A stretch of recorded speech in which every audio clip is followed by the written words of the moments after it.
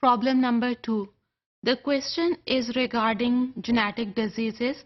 For example, the human embryo has a genetic defect and the child will develop cancer in an adult stage. जब बच्चा adult stage पे पहुंचेगा तो chances हैं कि वो cancer develop करेगा. तो इस condition में whether the couple should keep the embryo or destroy it. So the question is, if the human embryo has a genetic defect and he or she develop cancer in an adult stage, then whether the embryo should be destroyed or allow it to develop into a baby. So this is all depends upon the parent decision. Here I want to explain virtue ethics. जैसे कि हम virtue ethics के बारे में पहले से पढ़ चुके हैं कि what is virtuous, what is best and what is the right decision. So this is included over here and we have to give weightage to all the factors that help us in arriving at the balanced decision. At the same time, it also depends upon the viewpoints of the person who is making the decision. So here the person means the parents, the couple who allow the embryo to develop into a baby or they can allow it to destroy it.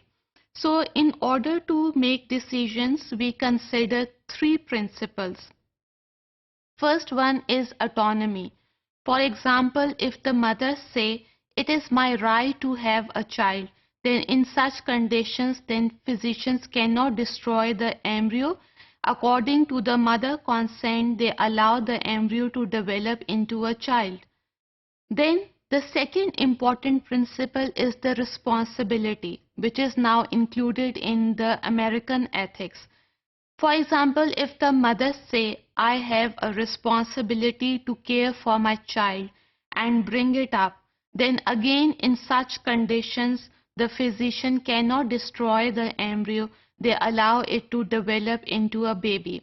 But here, this is the responsibility of the patient to look after their child when the child reaches to an adult stage. And it is better not to tell the child when he or she reaches to an adult stage that he will going to suffer from cancer. Sometimes ignorance is a bliss. The third important principle is the justice. This is somewhat a broader view. This is our responsibility to look at our decisions, to look at our viewpoints at a broader way.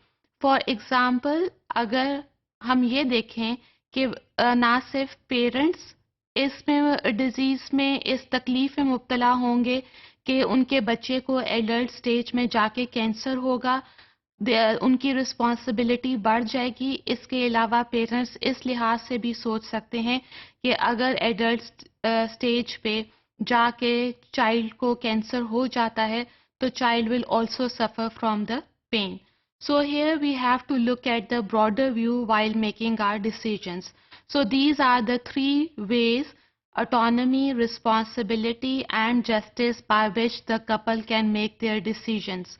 No doubt autonomy has its own limitations, but it is there.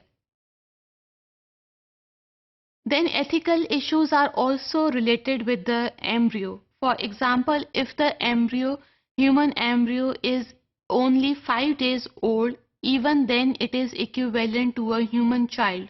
So keep in mind that human embryo have rights.